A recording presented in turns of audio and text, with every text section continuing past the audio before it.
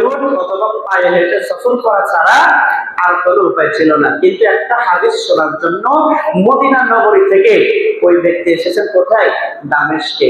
আর আমাদের দেশে হাদিস আমরা জুমাবারে শোনাই, মুসল্লি আছে ওনার পরে আর কেউ আসেই না। খুতবা শুরু হয় তারপরে আসে, বয়ান শেষ হয় তারপরে আসে, তাই না?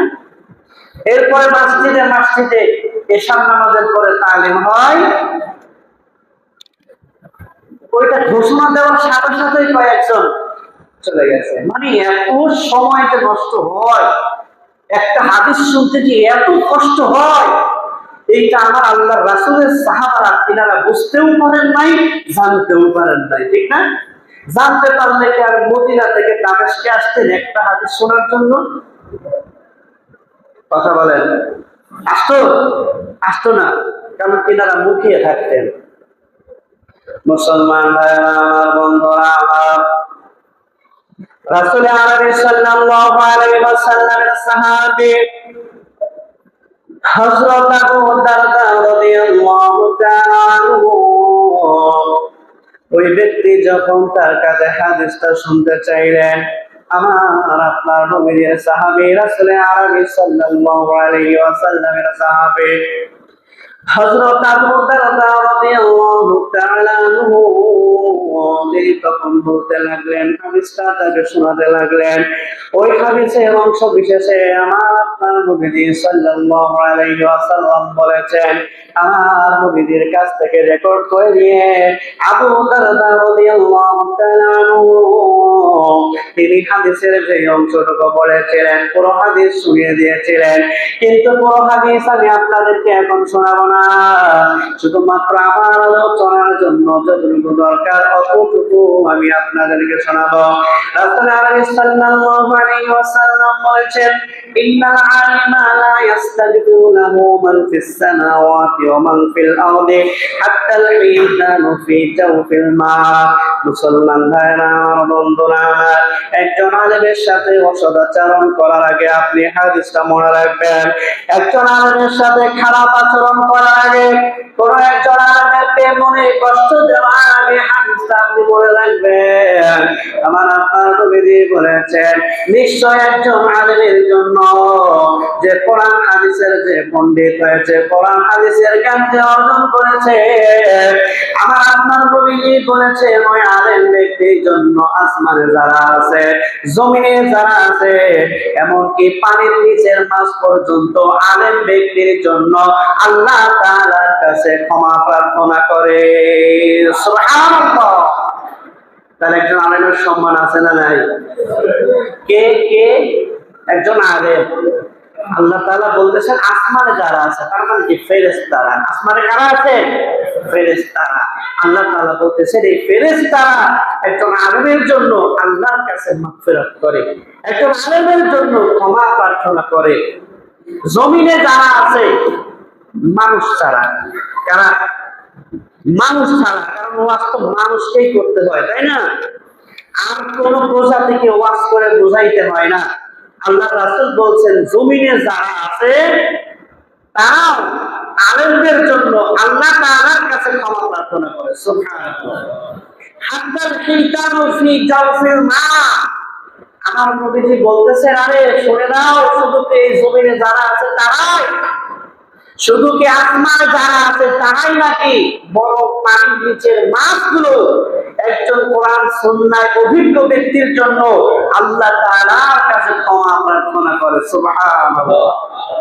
মর্যাদা কম না বেশি? আরো জোরে বলেন, কম না বেশি?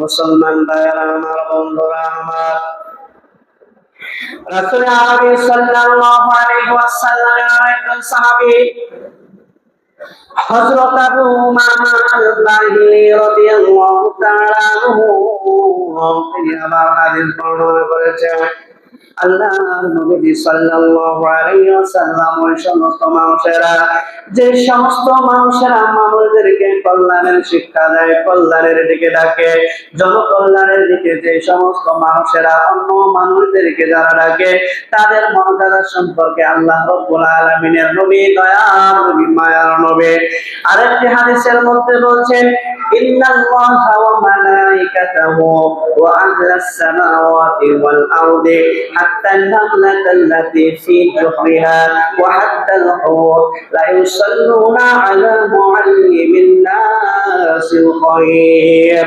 মুসলমান ভাইরা আমার, বন্ধুরা আমার, রাসূল সাল্লাল্লাহু আলাইহি ওয়াসাল্লামের সাহাবী হযরত আবু উমামা বাহিলি রাদিয়াল্লাহু তাআলা আনহু তিনি আপনার নবীজি থেকে হাদিস বর্ণনা করেন।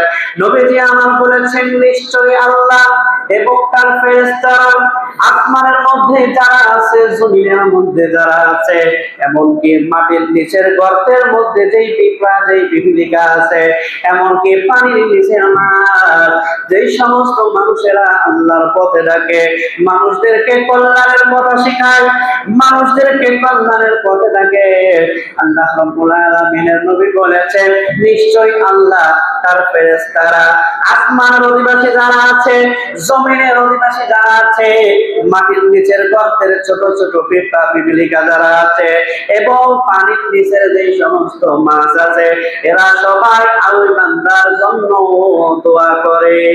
সুবহানাল্লাহ, আল্লাহু আকবার। তাহলে এখন আমাদের অবস্থাটা কি?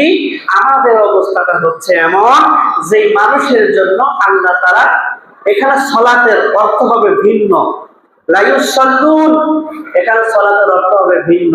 আল্লাহ তাআলা ওই বান্দার জন্য রহমত বর্ষণ করেন, ফেরেশতারা ওই বান্দার জন্য ইস্তেগফার করেন, আর জমিনে যারা আছে এরা সবাই কি আল্লাহর জন্য ইস্তেগফার করে। তাহলে যেই মানুষের জন্য, যেই বান্দার জন্য আল্লাহ রাব্বুল আলামিন রহমত বর্ষণ করে, যেই বান্দার জন্য ফেরেশতারা ইস্তেগফার করে, যেই বান্দার জন্য আসমান জমিনে যা কিছু আছে আল্লাহ তাআলার কাছে ইস্তেগফার করে, ক্ষমা প্রার্থনা করে, যেই বান্দার জন্য পানির নিচের মাছ আল্লাহ তাআলার কাছে ক্ষমা প্রার্থনা করে, যেই ব্যক্তির জন্য আল্লাহ রাব্বুল আলামিন যে ক্ষুদ্র ক্ষুদ্র পিপীলিকা রেখেছেন, এরা যার জন্য দোয়া করে, ওই সমস্ত মানুষের বিরুদ্ধে আমাদের সমাজের অনেক লোক আছে চায়ের দোকানে বসে সমালোচনার আসর বসায়। ক্ষতিটা হচ্ছে কার? ক্ষতিটা হচ্ছে কার? নিজের হচ্ছে। এই ভালোটা আল্লাহ অনেক বান্দা বুঝতে চায় না, সে শুধু বুঝে আমি এটা বললাম, ইমাম সাহেব করলো না কেন? যদি আপনার কথা মতোই চলতে হয়, আপনি মসজিদের ইমামকে বিদায় দিয়ে নিয়ে আপনি ইমামতের জায়গায় দাঁড়ায় যান, এরপর আপনার কথা মতো সবাই চলুক, ঠিক কিনা বলেন? এটা তো হতে পারে না, হবে না, কিন্তু সমালোচনার ঝড় পাবে না। বাজারে যায় চিল্লায়, দোকানে বসে চিল্লায়, সমালোচনার আসর বসায়। অনেক মাদ্রাসার মুহতামিমের ব্যাপারে ঠিক একই অবস্থা। উনি হাদিস শিখাচ্ছেন, উনি বুখারী শরীফ পড়াচ্ছেন, মুসলিম শরীফ পড়াচ্ছেন, উনার নিয়ে সমালোচনা চলে। একটা বুখারী শরীফের দাস যিনি দেন, মুসলিম শরীফের দাস যিনি পেশ করেন, উনি যে কতটা যোগ্যতাবান লোক, কি পরিমাণ জ্ঞান আল্লাহ তাআলা তাকে দিয়েছেন, উনাদের হাদিসের দর্শে না বসলে আপনি কোনোদিন চিন্তাও করতে পারবেন না। আপনি তো ওই জায়গাতে কোনোদিন গেলেনও না, তার সামনে তো আপনি ছাত্র হিসাবে বসে কোনোদিন আপনি হাদিস শুনলেনও না, কিন্তু আপনি তার সমালোচনা ঠিকই করতে পারেন, ঠিক না? এমন লোক কি আপনাদের এলাকায় আছে? আসলে দুঃখ হলেও সত্য সব জায়গায় আছে, দুঃখ হলেও সত্য সব জায়গাতে আছে। মুসলমান ভাইরা আমার, বন্ধুরা আমার, রাসূল সাল্লাল্লাহু আলাইহি ওয়াসাল্লামের সাহাবী হযরত আনাস ইবনে মালিক রাদিয়াল্লাহু তাআলা আনহু তিনি বলতেছেন, উকিমাতিস সালাতু